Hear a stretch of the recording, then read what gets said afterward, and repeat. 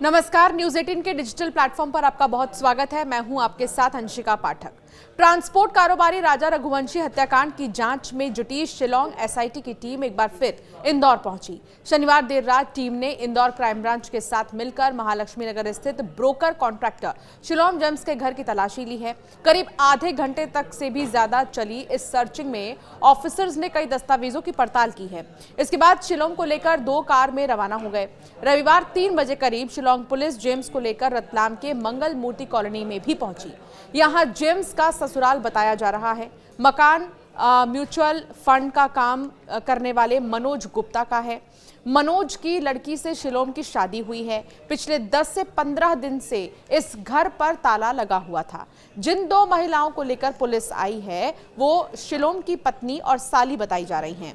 दरअसल शिलोंग पुलिस को अंदेशा है कि सोनम के काले बैग से गायब गहने शिलोंग ने ही छिपाए हैं। इन्हीं की तलाश में टीम ने पहले इंदौर में छानबीन की, इसके बाद रतलाम में सर्चिंग की कार्रवाई कर रही है। इससे पहले गुरुवार को एसआईटी अपने साथ बिल्डिंग के मालिक Lokendra Singh Tomar, broker contractor Shillong James और सिक्योरिटी गार्ड बलवीर अहिरवार को इंदौर से शिलोंग लेकर गई थी। एसआईटी ने शिलोंग कोर्ट में पेश कर तीनों को 6 दिन के रिमांड पर लिया है।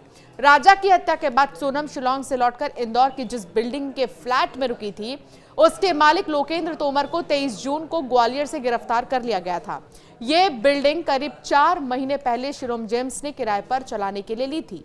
बलवीर यहां गार्ड और कारपेंटर का काम करता था। राजा के मर्डर की खबरें देखने और सुनने के बाद शिलोंग को पता लगा कि विशाल ने जिस फ्लैट को किराए पर लिया था उसमें सोनम रुकी थी। शिलोंग ने यह बात लोकेंद्र को बताई। लोकेंद्र ने फ्लैट की तलाशी लेने के बाद बैग हटाने की बात कही है। बाद में खुद इंदौर आया, बैग में रखे रुपए और पिस्तौल लेकर वो वापस चला गया। उसके कहने पर ही शिलोंग ने सोनम का बैग जला दिया।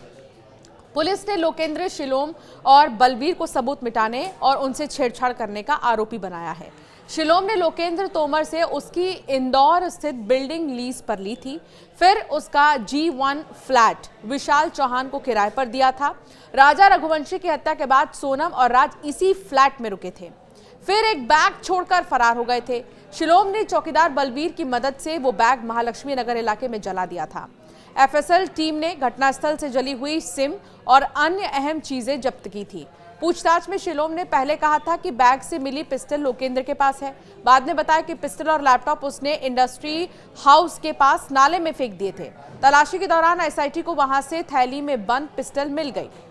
अब जो है ये पूरा मामला जांच पड़ताल लगातार क्योंकि इसमें जारी है और भी ज्यादा ये पूरा मामला पेचीदा हो गया है। क्यों? क्योंकि एक तरफ जहां 2 आरोपी आकाश और आनंद कोर्ट में अपने बयानों से पलट गए, लेकिन पुलिस के पास इतने सबूत हैं कि चाहे बयान से कितना भी पलट जाए लेकिन बचेंगे नहीं आरोपी।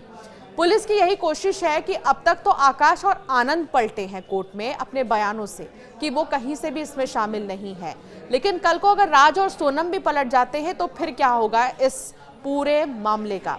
इसीलिए पुलिस, एसआईटी लगातार कोशिश यही कर रही है कि ज्यादा से ज्यादा सबूत जुटाएं।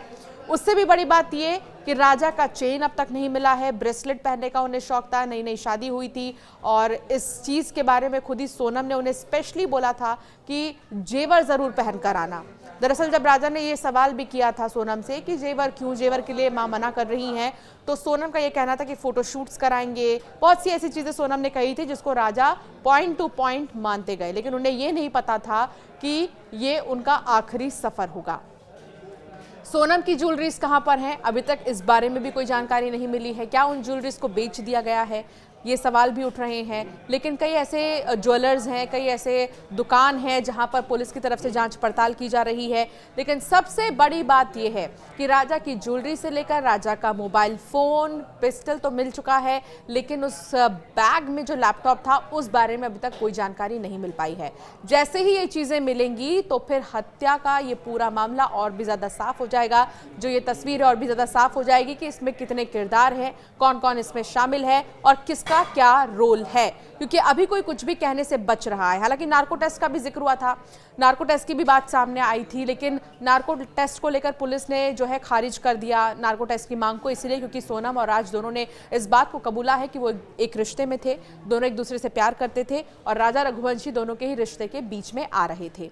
दूसरी चीज, विपिन रघुवंशी जो राजा के भाई हैं, उनका ये कहना है कि सोनम ड्रग्स लेती थी और बिना ड्रग्स और नशा किए इस तरह के ख्याल नहीं आ सकते हैं।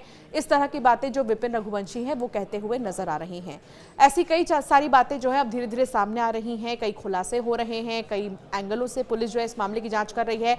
और अब जो SIT है वो इंदौर पहुंची है, शिलोंग जेम्स की पत्नी और साली से पूछताछ हो रही है।